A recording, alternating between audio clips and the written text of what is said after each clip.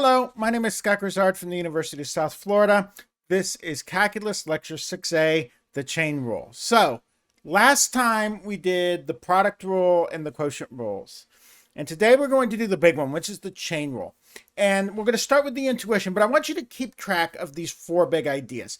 Last time I played with this idea of the journey of x, where I had, I started out with an x.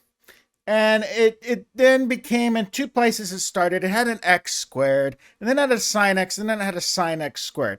And I want you to keep that in mind. I had this idea where I had a product as my last layer. Well, what if I have another function as my last layer? And that's kind of the idea of the chain rule. So I want to figure out what the journey of x is, so I know which rules I need to use. And then I want to use, in this case, the chain rule, and then the other rules as well, to kind of peel away at this thing. So the chain rule allows us to change the variable, right? We've always had kind of d over dx. Now we're going to be able to move inside things that may not be x's yet. And one of the things we want to keep in mind of is we want to do one layer at a time, and we want to keep track of our books. So we're going to do a little bit of intuition, an example. We're going to state the chain rule. There's four different ways to state it. I'll show you which way is the best way to think of it when you're doing problems. Algebraic problems, and which one's the best way to do graphical problems with. And then we'll talk about the proof of the diet chain rule, and I'll say why it's a diet chain rule proof when I get to it. And then we'll do some examples of mixing rules. Now, there is a second lecture, extra 6, which tacks on to the end of this, totally optional, where I do the full proof of the chain rule in another example, but that is optional. We don't need the full proof for this class, although we're going to be doing it with functions that we would need the full proof for. But the full proof has this technical detail in it, which some of you might find interesting, some of you might not. And it deals with some crazy functions, so we'll deal with that in an extra lecture, which is just totally optional. Okay. So, and again, intuition-wise, George Simmons had this great quote. If a car travels twice as fast, should be quickly, as a bicycle, and the bicycle is 4 times as fast as a walking man, then the car travels 2 times 4 equals 8 times as fast as the man. So the idea is what I'm going to do is I'm just going to multiply these things together. Okay? That's the idea. That's the idea of rates. Okay? So let's look at this example. If I have y equals sine of x, then the slope of my line tangent to the graph at x equals 0 is 1. Okay? I take the derivative when x equals, I just take the derivative of this thing, and I get cosine of 0, and that's just 1. And you can see that here. It's an inflection point. That's why the tangent line kind of runs through the middle instead of just touching. But that's the idea. And then let's say I put a 2 in there. So now I'm doubling the frequency of this thing, right? The number of times per unit. And look at what happens to the slope. The new slope here is 2. And the question is why, right? And the answer is because I'm moving around the circle twice as quickly. So my instantaneous change in northiness, so to speak, is going to be 2 instead of 1.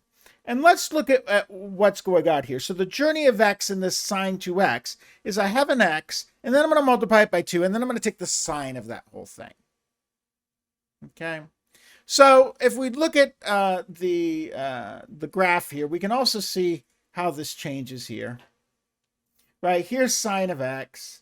It's just moving along. This is my tangent line. And then look what happens here. If I go to 2 sine of x, right, we'll get rid of these things. Notice here how my graph, the line tangent to the graph is twice as steep, right? This thing has a slope of 2.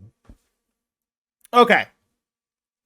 So how do we tackle this thing? Well, obviously, well, not so obviously, but here when I had y equals sine of 2x, I had m equals 2. So here, dy over dx, when x equals 0, equaled 2. So in other words, I took the 1, and then I doubled it, right? Because sine of 2, 0 would be, 0. And cosine of 2 times 0 would still be, you know, this 2 isn't the thing that did it for us. It was a 2 on the outside. So it was this kind of 2 that was floating around here on the outside, the doublet, right? Because the cosine of 2 times 0 equals the cosine of 0, which equals 1. So it was really this 2 that was just kind of slapped on the back there in a multiplicative sense that did it for us. That was the 2 that did it for us, that doubled that tangent line. So let's look at another example. Here we've got the journey of x. We're going to have x squared to x of cosine squared. So our example here is f of x equals cosine of x squared. And this is what that graph looks like. Now, I need to account for the change in u when I take the derivative. So I'm going to let u equal this x squared. And I have this function where x is going through a g, in this time case x squared, right? G happens to x, and I go to u. And then f happens to u to make it to y. And I need to account for that change. So again, with my example, the bike was moving twice as fast as the car. The bike was moving twice as fast as the person. And the car was traveling twice as fast as the bicycle. 4 times as fast as the person. So what I have to do is I have to multiply those changes. So let's see this here. F of x equals cosine of x squared. I've got this journey of x to x squared equals u, to cosine of x squared, which is the cosine of u. So what I'm going to do is I'm going to put u here under my x squared. So what I'm doing is the derivative with respect to x of the cosine of u. Okay. Now I apply my chain rule. I'm going to get the derivative with respect to u of cosine of u times, again, I need to account for this other bit, the derivative with respect to x of u. So in essence, what I did was went from an x here to a u here, and then I account for the x. So that gives me negative sine of u times the derivative with respect to x of x squared, and I get negative sine u times 2x, and then I substitute back in my u, and I get negative sine x squared times 2x. Okay, so I have to account for my change by simply multiplying the derivatives together.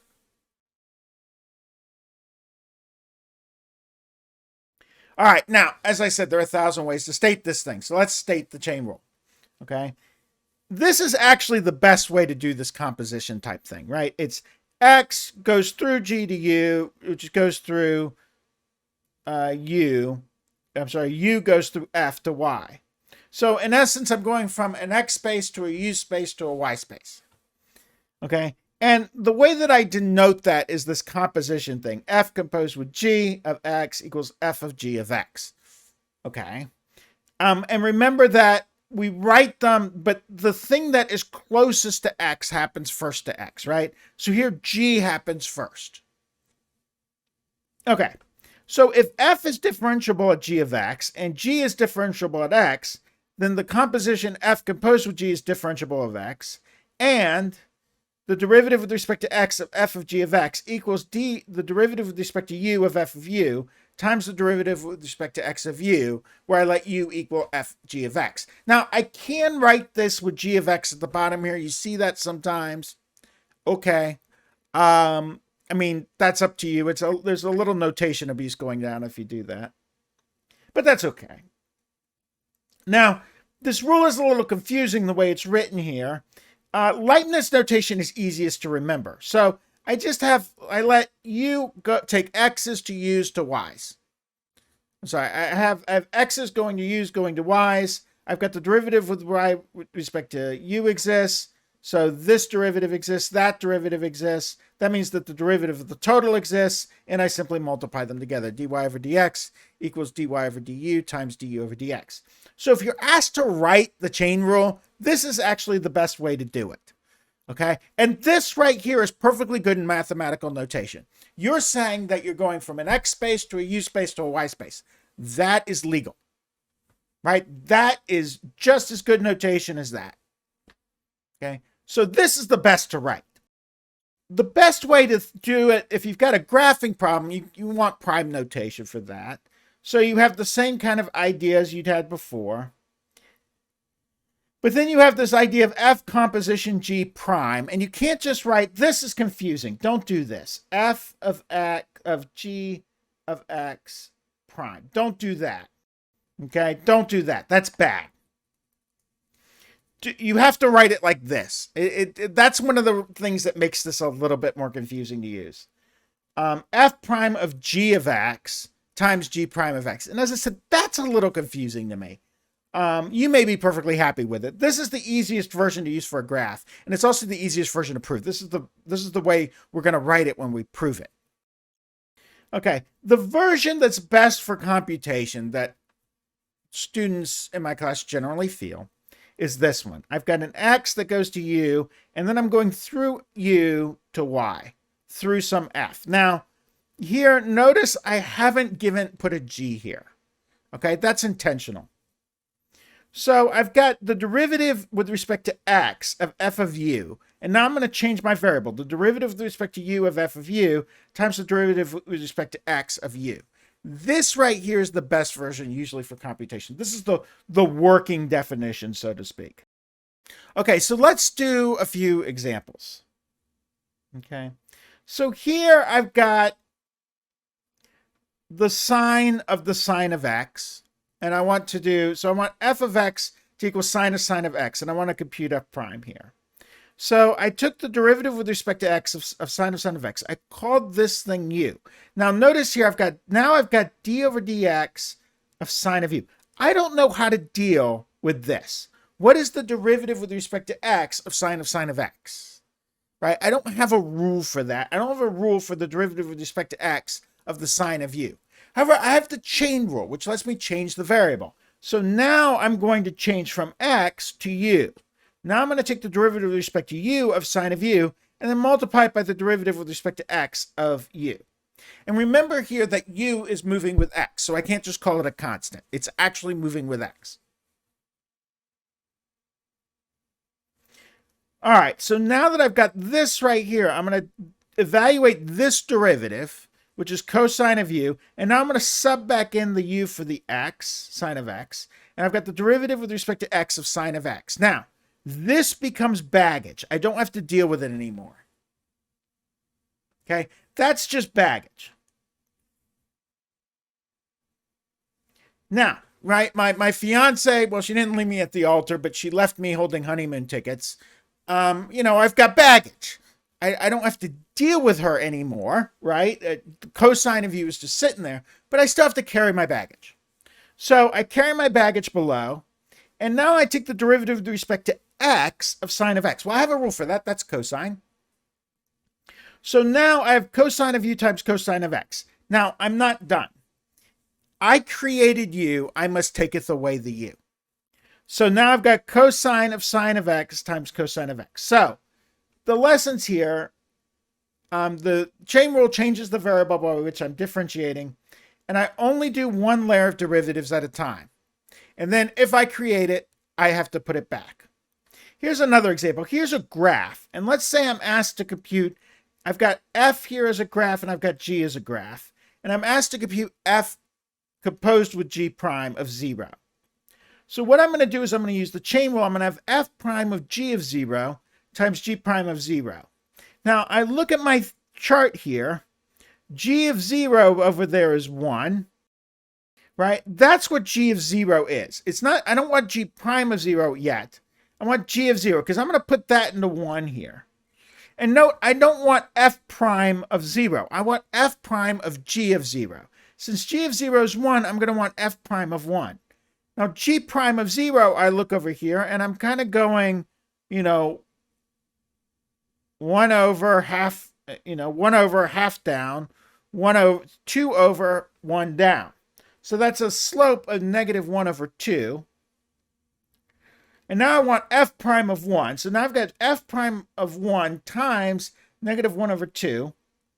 Now, f prime of 1, I look over here, and that's, at a max. It's flat. The tangent line is flat.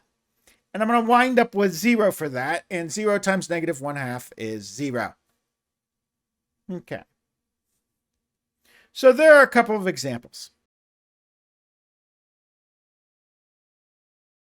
Okay, so let's look at a slightly more complicated example, okay? This is one that will require a double chain. I've got f of x equals the exponential of the exponential of the exponential of x, which, as you know, can also just be written e to the e to the e to the x. Fun. Okay, and I want to compute f prime. Well, let's talk about the journey of x here. All right, I feed x into this thing, and the first thing that happens is that exponential. The next thing that happens is that exponential. And then the next thing that happens is the last exponential. Okay, now I want to work up. I want to peel this onion at the outside in. I want to work up. Okay? And that's our big theme for this problem. Work that way. Okay? So what I'm going to do is the last layer, the last thing that happens to x is this exp of exp of exp of x. Okay? The next to last thing that happens is an exp of exp of x. So what I'm going to do is I'm going to deal with this layer right here. So this last layer, what I'm going to do is I'm going to call this thing, this whole inner layer, this second to last piece, I'm going to call it u. Now, exp of u is something I could deal with. I've got an x here and I've got a u here, but now I have a rule to deal with that. Now I have a rule to deal with that. Now, notice here what I did. I changed the x to a u. That's what the chain rule does. All right, it lets me change this x to a u. You can think of it as the change rule. It's the chain rule, but it's also the change rule. Okay. All right, now that I've done the chain, okay, I'm going to evaluate this term and I'm going to sub in for that one. But notice I'm not doing two things at once. Also notice I'm being very, very careful with my books.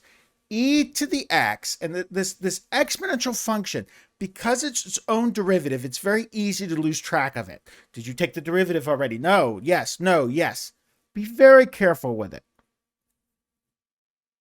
Okay, I'm going to evaluate the last layer of the onion. Now I've got a u and a u. I'm just going to evaluate that, and then I'm going to sub back in u.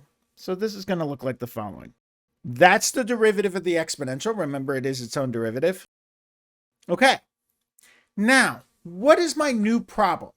This thing is done with the derivatives. It's baggage, right? This is now baggage. There are no derivatives left to do. All I have to do is carry it. I don't have to deal with it anymore. Okay? My actual calculus problem is now this. Okay? Well, I just did that, right? That's a single chain. Right now, I'm here. I've dealt with this layer, and now I'm sitting here at u. Well, let's go up a layer. I'm going to call the exp of x, I'm going to call that v. Okay. Now, if I call that v, I'm going to have the following. I'm going to exp of u, that's just my baggage, times the derivative with respect to x of exp of v. Now, you don't need to do so I'll show you later how to get rid of this intermediate step here. You still need to do this. But you can skip this kind of just sub without actually evaluating the derivative. Now I've got the exp of v and I've got an x here. Well, that's no good, but I can use the chain rule. Carry my baggage. Now I have the derivative with respect to e of exp, derivative with respect to v of exp of v times the derivative with respect to x, right? That's the thing I converted, of v. Carry my baggage, evaluate this derivative, and now I'm left with the derivative with respect to v of x to v. So I'm going to write that in, d over dx of exp of x, because that's what v equaled. Carry my baggage, and now I'm going to evaluate the last derivative. Right, because the x there matches that x there, I'm good to go. Now I just evaluate the derivative. Okay, so here, right, the u, the x there did not match the u, but here they matched. Here I had a x, there I had an x and a v, so I changed it to a v and a v. Now I had an x and an x, and that's fine, I can just evaluate that. So I've done all that. Now I created the u and the v, so I need to take it away. This is exp of, let's see, u was exp of x times exp of x times exp of x. So that was just subbing in u and subbing in v. And that's it. That's the answer. Okay. So that's a double chain problem. Okay. And notice it's only a double chain problem for a very short period of time, because once I did the first chain, it then became a single chain problem. I had a V, but I was just carrying baggage. Okay. So don't get intimidated by this. Don't get intimidated by these problems because they can be long. Just take them one layer at a time and you'll be fine.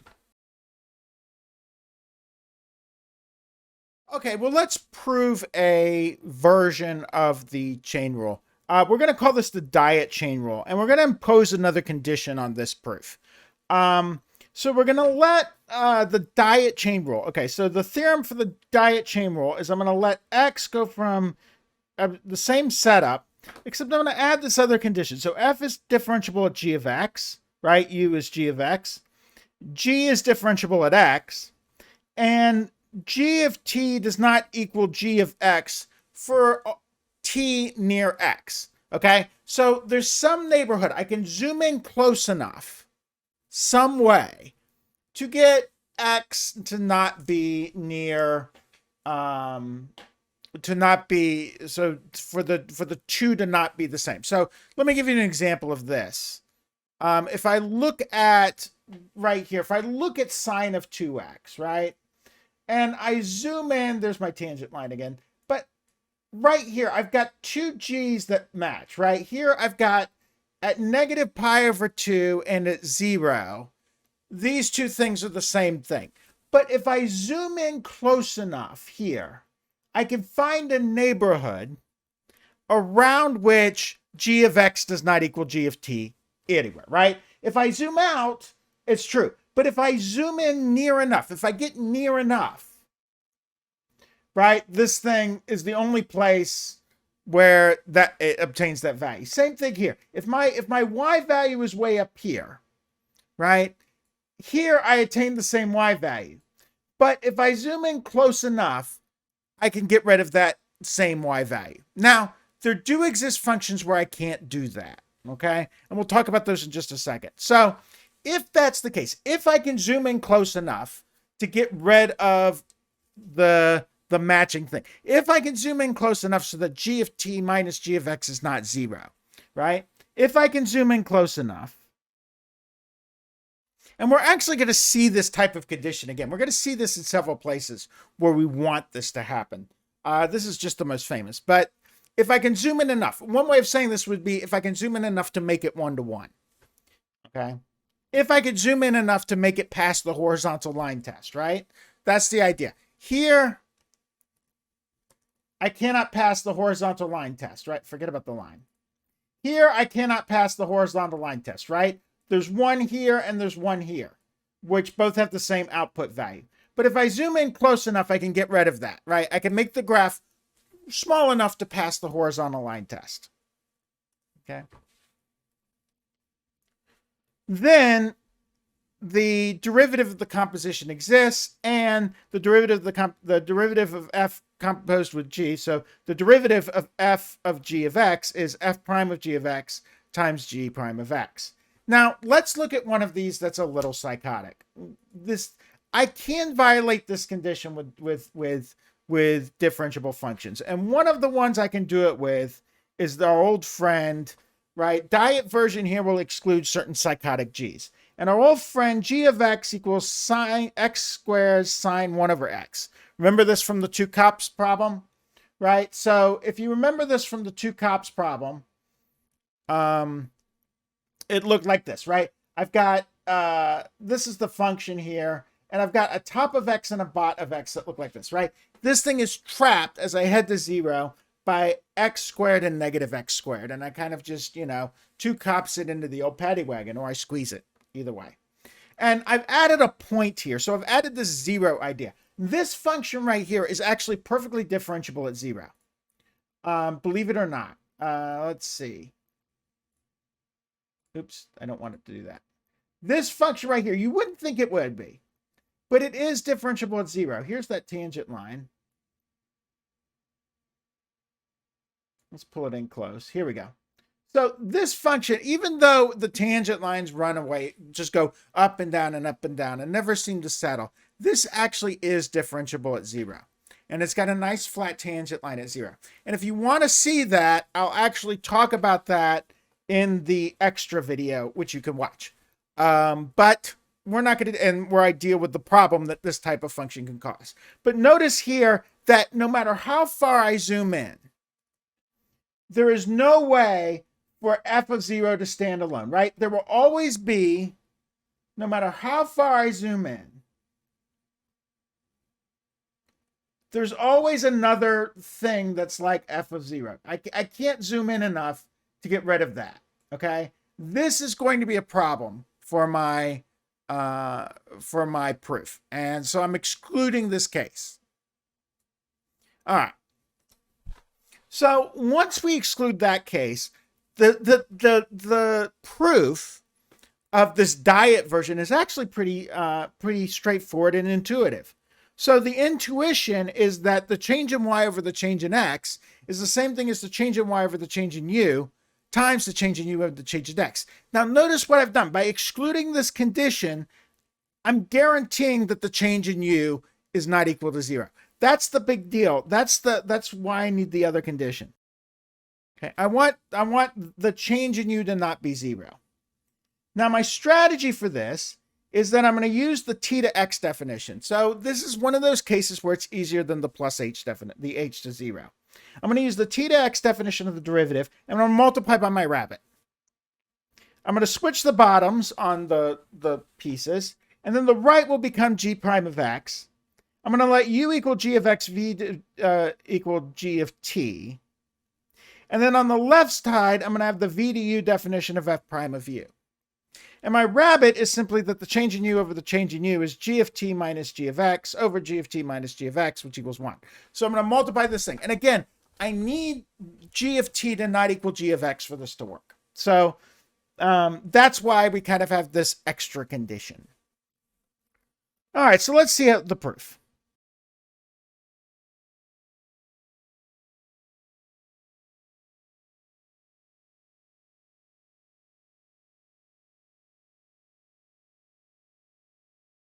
Okay, so all I've done is I multiplied through my rabbit, just like I said I'd do in my strategy.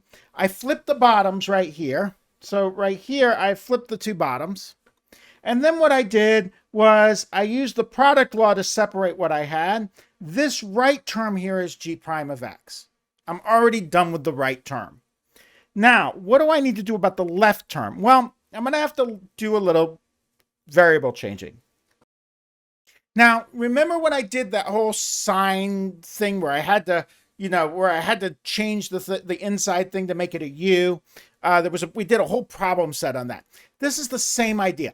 What I want to do is I need to change this. This right now is a t to x. So now I need to talk about what happens. I need to show that this means that v goes to u. So I used the requirement. Right? I said that f had to be differentiable at g of x, and g had to be differentiable at x. Okay, so I used the requirement that g was differentiable at x to say, okay, that means that g is differentiable and thus continuous at x. Right? And because it's continuous, that means that the limit as t goes to x of g of t equals g of x. That's the definition of continuity. Now, notice that this piece right now, here, that's the definition of f prime of u. Right? That's a v to u definition of f prime of u. I got f of v minus f of u over v minus u with a limit as v goes to u. So that equals, and there I'm done. I wanted to write a rational thing instead of a regular q. And that's it. That's the proof. Now, notice how intuitive this, there's this one bit in here that's not very intuitive. It's sort of intuitive. I just have to change my variables. And I get that because g is differentiable, therefore continuous. So just like the product rule, when I was dealing with the f of x plus h, I'm now dealing with the g of t. So it's kind of the same idea. And this is a nice little rabbit proof of the diet quotient rule. So if you want to see the full proof of the quotient rule, I'm sorry, not the quotient rule, the chain rule. If you want to see the full version of the chain rule, you need to watch that other video.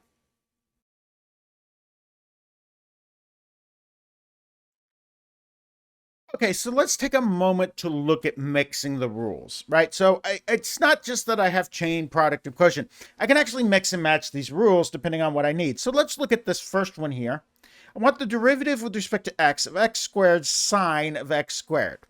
Now, let's look at this journey of x here. I've got x here in two places, right? I've got two x's, so I'm going to start with two x's, and they both get squared first, right? That's the thing that happens to x first. But this one on the right gets signed after it gets squared, and then I'm going to multiply the two terms together with the product. So remember, I work outside in. I work from the end up to the beginning. So the first thing here is not a chain, it's a product. So the first thing I'm going to do, the first thing I encounter is the product. So what I'm going to do is I'm going to apply the product rule, and I get the derivative with respect to the x of the first times the second. I've just applied the product rule. Now what I'm going to do is this derivative I can just evaluate. It's happy. This derivative is going to need a chain. Now, notice when I did that, I'm still only doing one layer at a time.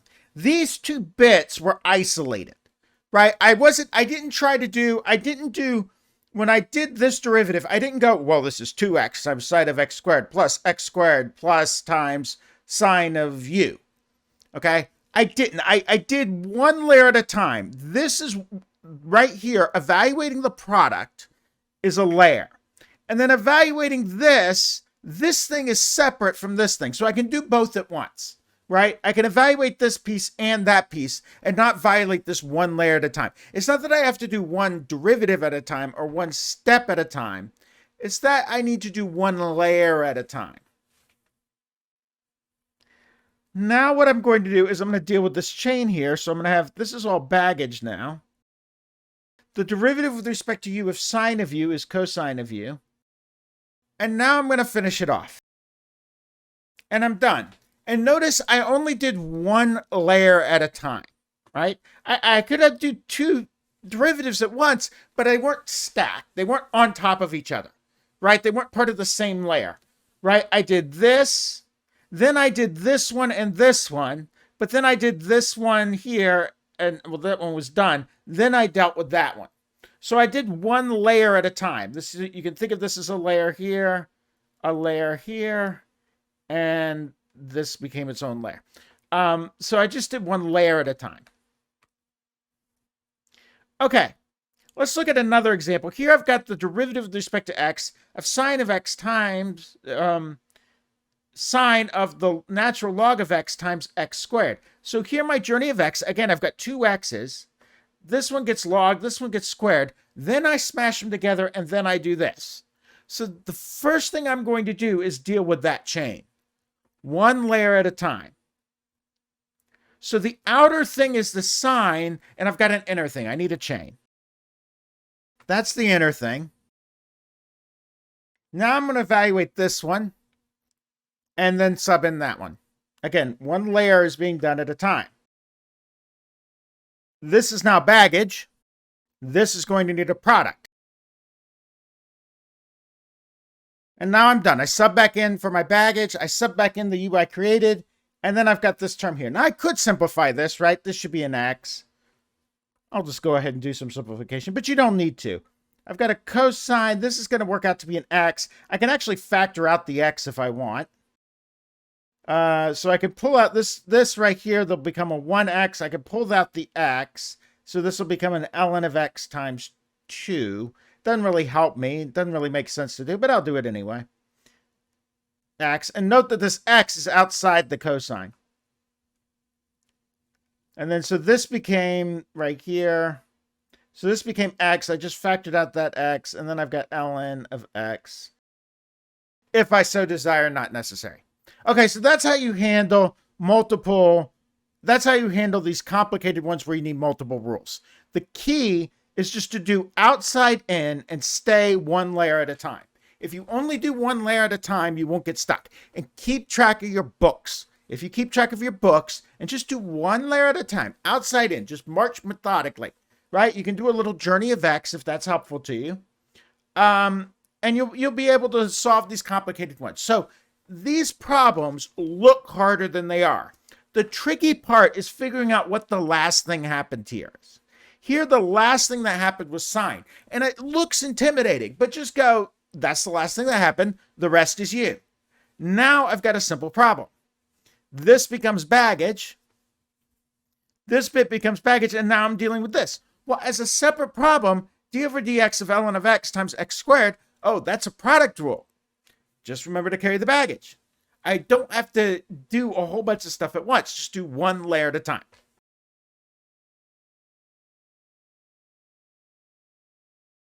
Okay, let's do one last example here. This is an example with an unevaluated term, and this is going to be very important next time when we do related rates. So what I'm going to do is I have this problem where I don't know anything about v, except that I know it's some function of x. I know that when x moves, v moves a little bit with it. Okay? So if I'm going to nudge x, I'm going to wind up with a nudge in y. But I don't know what that nudge is. And that's okay. I can still get a very full answer with terms. And you see this a lot in chemistry too, where you'll know, like, where you'll have things called related rates. And we'll actually do some of those problems in this module. But let's go ahead and look at what this happens here. What I know is I'm going to do the derivative with respect to x of sine of v. And I know that the journey of x here is that x gets transformed into v, don't know how. And then I have a sine of v, v gets signed, and then the sine of v gets signed again. So I'm going to have a chain here. This outer layer, again, outside in. This outer layer is the sine of the sine of v. So the sine of v is going to become my u. So I do the exact same thing I was doing before. I take the chain and I say, okay, well, it's the derivative of sine of u times the derivative with respect to x of u. And so the derivative of sine of u with respect to u is cosine of u. Now I'm going to multiply that by the derivative with respect to x of u, which I'm going to sub back in, is simply sine of v. I'm done with this. This has become baggage, and now I need to evaluate that. Well, in order to evaluate that, I've got an x and a thing here. I've got a v here and an x here. So what I'm going to do is do what I did before. I'm going to have d over dv sine of v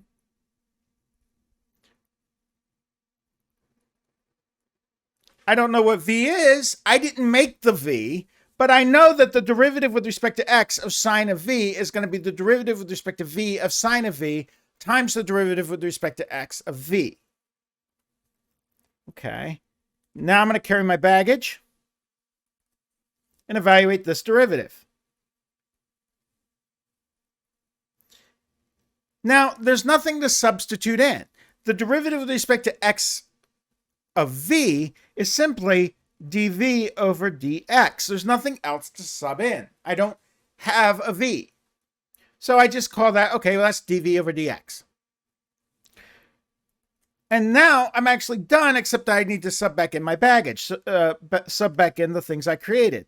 So the cosine of u becomes the cosine of sine of v. The cosine of v, I didn't make v. You can stay right there. I didn't make it. Times dv over dx. So that's all I can do for this problem. That's all I know. Okay. So that's all that there is to just leaving. We just need to let it alone. Is basically the thing there. Okay, so I had these big themes in this. So the big takeaways, what were they? One, outside in, one layer at a time. I need to think about the journey of the X, and if I create it, I have to sub it back. But the big thing about this that I can only say is outside in, one layer at a time. Now, the next thing we're going to talk about, so the next topic is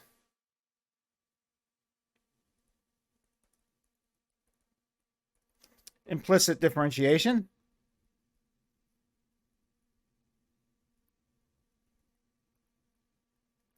And recall that we've also got an extra lecture going up also where I proved the chain rule in all its glory. Okay, so that's it for this one. Have a good day, and I will see you on the next one.